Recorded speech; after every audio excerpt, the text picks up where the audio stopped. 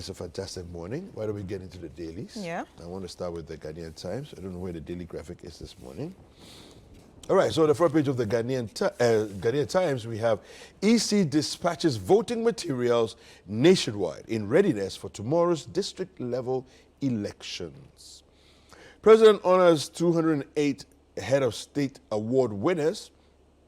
Lithium deal, pro-Ghanaian, unprecedented. Lands Minister explains agreement to CSOs. We have district-level elections. MPP NDC candidates dominate grassroots contests.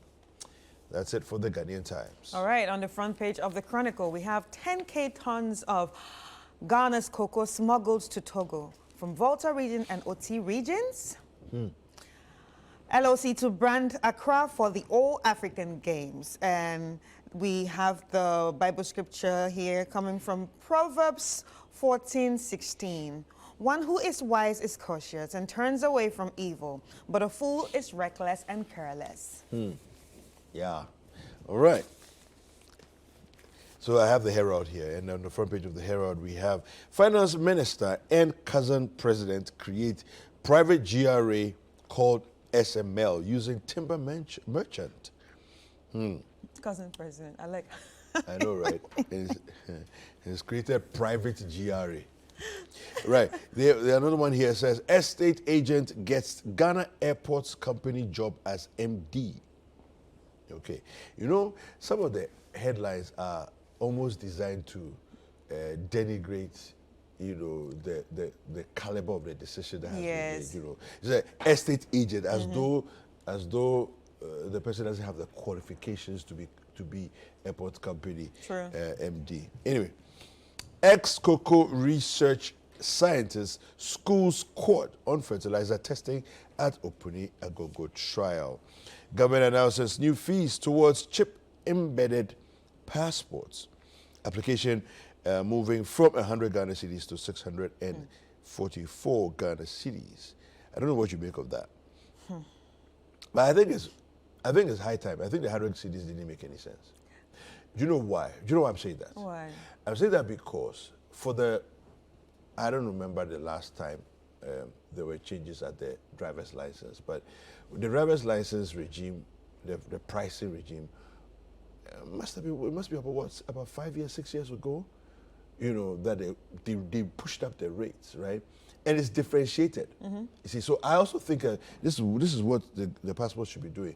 First of all, move up the rates, move it up to the level that it makes sense, right? But also create a differentiation so that if the person wants it in 2 weeks, there's a price you pay. If you want it in Express. In 24 hours, there's a price you pay. It's rational. Do you get it? Instead of having all these funny system where Kululu is going on, Goro boys are there, people are paying 10,000 Ghana cedis to procure a passport because they want it in the next 2 hours, those type of things. It doesn't make any sense. Anyway, all right, so that's it for the Herald newspaper. All right, so the front page of the Finder, BOG rewards winners of ECD Hackathon with 1 million Ghana cedis. Government Barari DV agreement is the best Ghana has ever signed, and that's by Jinapur, and 66,000 vie for 37,290 positions in tomorrow's district-level elections. Calls for partisan district-level elections resurface, and LOC unveils plan to brand Accra for 13th African Games. All right. So I have the Daily Guide here next. It says here, I'm not lame duck president, and that jabs backbone. And there's a photo here of the president and the speaker in a hearty embrace with all smiles. And I'm sure that's not the event at which he was speaking. But let our MP go solo, and Sawam chiefs are calling. Economy responding to BOG policies. The governor there is speaking. And Louisa Atajiman is NHIA Deputy CEO. That's it for the... Right, so on the front page of the Republic Press, we have Eastern Region. Fatal accident at Amanase claims 1 life, scores injured. and EC to reduce number of voters to 500 per polling station. Pay our money or be ready for doomsday, greet co-workers to ECG. In this December. Okay, Akufo-Addo rejects lame duck tag, and Asabe calls for truce in Asantewaa Dorma food. And Mahama promises to build petrochemical industry at Jomoro. All right. Now, the Energy Digest, we have clean cooking saves lives. Samira Baumia is speaking. I think this was at the COP28. Puma Energy Ghana reaffirms its commitment to road safety. NAPO hypes hydrocarbons. Ghana renews commitment to reduce methane emissions. And Vivo Energy Ghana donates smoke evacuator to surgery department of Kolebu. And a greener dirty December in Ghana, reducing carbon footprint. Okay, that's it. All right. So on the Ghanaian publisher, we have LOC brands Accra for all African Games. NPP, NDC dominate assembly election. And that's by the SEDA survey. Lithium deal, Ghana's best natural resource contract ever. And that's by Dr. Steve Mantiu. NPP youth critical in 2024 polls. And that's by NAPO. All right. Now the Informer has these headlines. It says, OSP makes progress. Disrupts counterfeit syndicate. Lithium deal good for Ghana, Minister emphasizes. We have an ongoing embrace of digital solutions, Baumia, elated. Turning Accra Sports Stadium into concert ground. MP blasts NSA boss as GRA chases authority for 15 million Ghana cedis in tax liabilities. District Assembly elections, candidates sponsored by MPP NDC. It's coming from a report. And NAPO revitalizes MPP Ashanti Youth. All right, so on the front page of the Custodian, 2023 district level elections, highly partisan. SEDA reveals LOC to brand Accra for African Games. Let's desist from corrupt acts. CJ urges Ghanaians and elect good assembly members for development. Dr. China to voters. The Inquisitor, unbroken, unperturbed. OSP flies higher despite attempts to frustrate Kisi Ejabeng. 10 doctors support Akosombo Dam spillage victims. IGP locks up police officers' mess.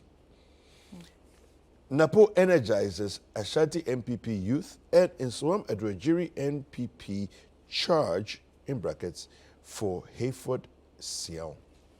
All right, and my last paper here being Today. So on the front page of Today, we have GN Bank story revisited, part 3. Akufo-Addo appointed mediator in 2020. Ndum accepted. What happened? Ahead of 2024 elections, PPP opens Upper West Regional Office. Better days ahead, Mahama assures teachers. Ahead of district levels elections, PWDs cry over monetization of assembly elections. All right, my final paper is the BNFT, and it says here, BNFT Stanbic Bank to forge stronger partnerships. Government should consider citizenship by investment to attract more FDIs. Now, you know this thing actually happens in other countries. Yeah, a lot of countries. Where if you invest beyond a certain amount of money, you get automatic citizenship of that nation. Yeah, I know a lot of South American countries do it a lot. Yeah, yeah, like $100,000 US, $200,000 US dollars. You bring that kind of money in, you want citizenship. You got it, right. You know? True. And we need to be smart about these things. Even apart from the South American countries, I think the islands. Yeah, the little islands. Like Kids, is it Kids Island? Yeah, they do that too. Saint Kitts. Yeah, Saint Kitts, they do that too. Well, economic fortunes will improve next year, the governor is assuring us. These and other headlines on the front page of the BNF. You All right. do a couple of online Yeah, stories? we have some online stories. Let's head to citynewsroom.com. So if you have your tab or your cell phone, you can actually join us as we go through the headlines. And some headlines on citynewsroom.com. Over 3,000 nurses have left Ghana since 2020 for greener pastures. And that's by the GHS. And on top trending stories, lawyers of New Force spokesperson to compel GIS to produce alleged forged documents and alleged forged documents and reduce your speed as Hamatan worsens. Ghana Meteo 2 motorists. 2024 polls and poised for a showdown with Dokwa, and that's by Okaikwe North MP. And free SHS prospectus. Other expenses incurred by parents outweigh government spending. All right, fantastic. Well, you can go over to citynewsroom.com for all your credible news updates. We have City Sports Online for sporting news. We have Ghana Weekend for your credible entertainment and showbiz news. And of course, we also have citybusinessnews.com as well for your business news updates. Sports is next. Don't go anywhere.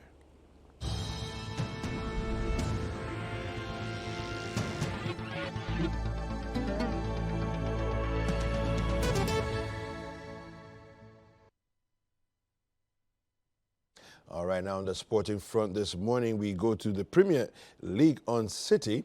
Now, Arsenal went top of the table after they beat Brighton 2-0 at the Emirates on Sunday. Now, the Gunners dominated the game all afternoon and managed the win via goals from Gabriel Jesus, who headed in from close range in the first half, and Kai Havertz, who slotted home in the second. Now, Liverpool failed to go top of the table after they drew goalless with Manchester United at Anfield. Now, the Reds were favourites to win the game, and they dominated but could not find a way past the visitors, who defended very, very well. Manchester City drew another home game after they shared 4 goals with Crystal Palace on Saturday. Now, the league champions took the lead through Jack Grealish and made it 2 from Rico Lewis, but Crystal Palace fought back with goals from Jean-Philippe Mateta and Michael Olise. On Saturday, the Premier League experienced a health scare when Luton Town captain Tom Lockyer collapsed during the team's match at Bournemouth. The player was quickly attended to and was taken to hospital for tests. The match was subsequently abandoned, and Luton Town issued a statement on the progress of Lockyer. Now, this is the second time Lockyer was collapsing on the field of play following a similar incident in May. He underwent surgery and was given the all clear to return to the game. I think it's time to hang up his boots. This is just my opinion. You see what happened to the Ghanaian player? Yes. Yeah. Yes. Yeah. The warnings came, but it was like, there's too much passion for the game, so let's keep going. But why do you think they actually don't want to stop? Is it a fear of being unimportant or a fear of having nothing to do? No, I think it's passion for the game one, but then there's also the remuneration, right? So, I mean, it's a combination of different things.